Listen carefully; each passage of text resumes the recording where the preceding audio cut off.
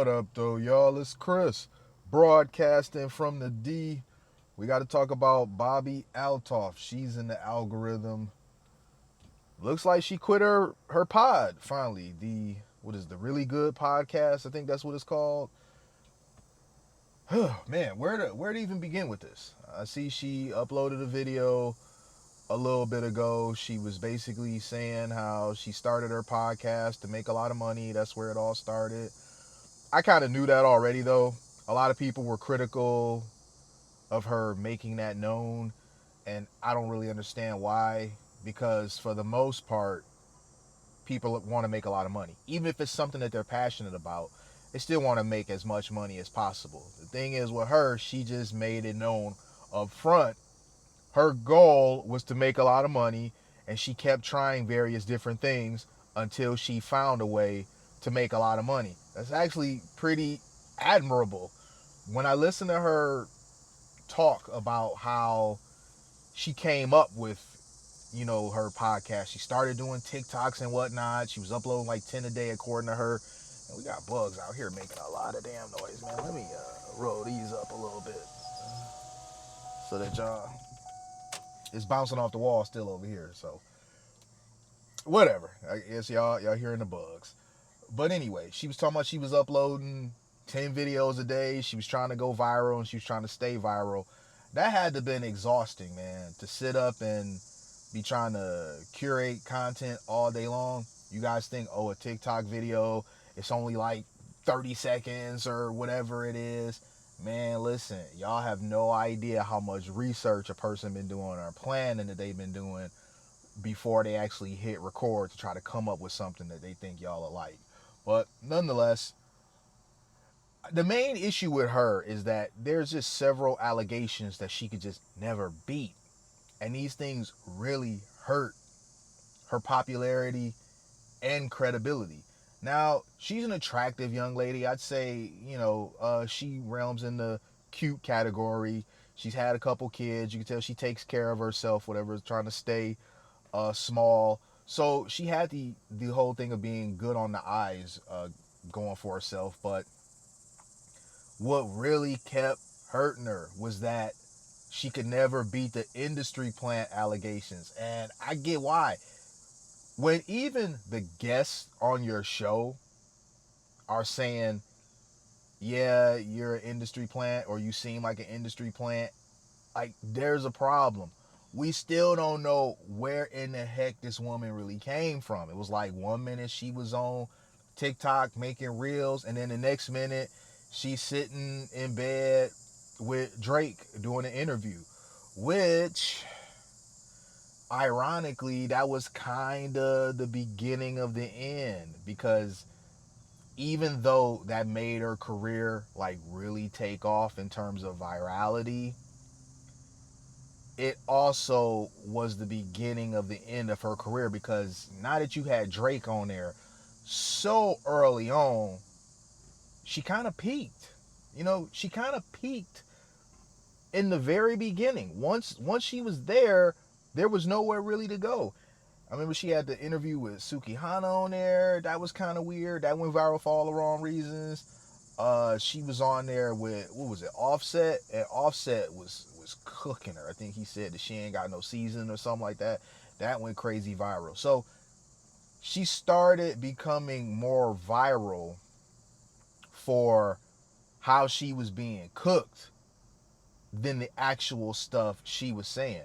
The Drake interview, apparently her husband, and this is allegedly, this is what the streets are saying, apparently her husband didn't like the fact that not only was she in bed with Drake, but she was like asking Drake, like, would he smash her, basically,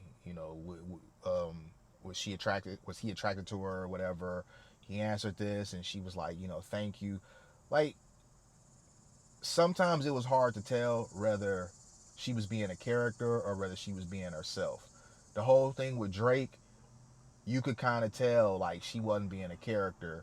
She enjoyed hearing Drake say to her, yeah, if I had the opportunity, I'd hit that. Like, I mean, that just is what it is, man. The thing is, when you're dealing with high profile dudes, yo girl, if that dude wants your chick, man, he can get her.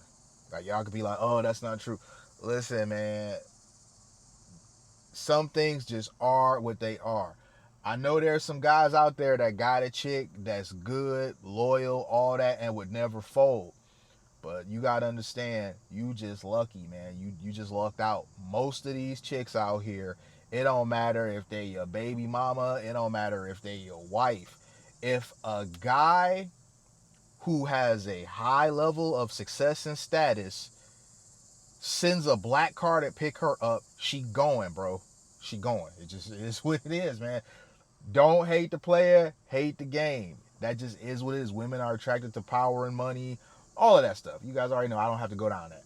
But the husband didn't like her response to that. He was really upset about this. Dude divorced her, and she confirmed that. She admitted that, well, she didn't really admit that directly, but she kind of alluded to it. We'll say that. She'll alluded to it because, man, you got to be careful what you say nowadays because people is just too sue happy. Last thing I need is this chick coming out of the woodwork trying to say, and I'm invisible practically, but who knows where my channel will go in some years.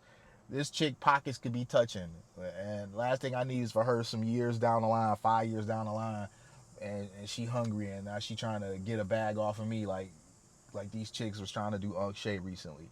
But she had the same talent agency as Drake, which a lot of people found suspicious. Far as I could tell, Drake didn't really do like podcasts and stuff like that.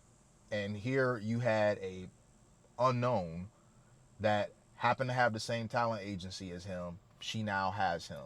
So she wasn't never beating those allegations. And then this, and I'm going to also say allegedly, man, because again, you got to make sure you throw that alleged out there nowadays. Allegedly. And I think this might have been the most damning of all. This was more damning than, in my opinion, the industry plant allegations. She was being seen a lot with different prominent figures in hip hop and whatnot. And the word was going around allegedly that she was being passed around, if you get my drift. That really, like, listen, dudes don't respect that. So if they was interested in watching her just because she was easy on the eyes, once they hear that you out here in the streets like that, that's an immediate turn off. And even chicks don't really respect that either. You got chicks that's for the streets that are condemning her for dipping her toes in the streets now that she got divorced. She didn't leave her husband. Her husband left her.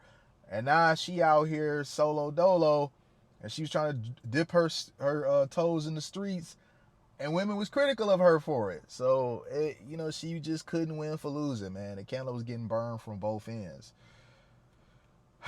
It got to the point to where she went from getting millions of views per video to now she could get like what, tens of thousands on some videos, maybe a couple 100,000 on others, which for me those would be phenomenal numbers.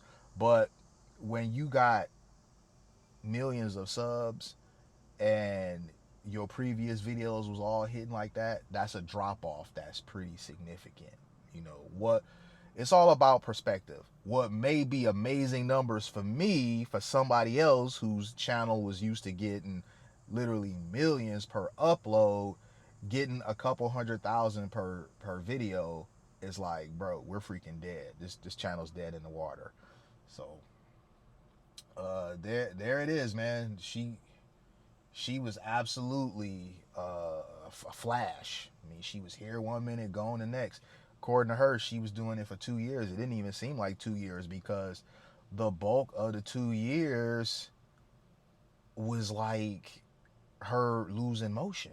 I mean, it seemed like she only really had motion for maybe the first 6 months that she was out there. The rest of it was just a steady decline that we was all seeing happen in real time.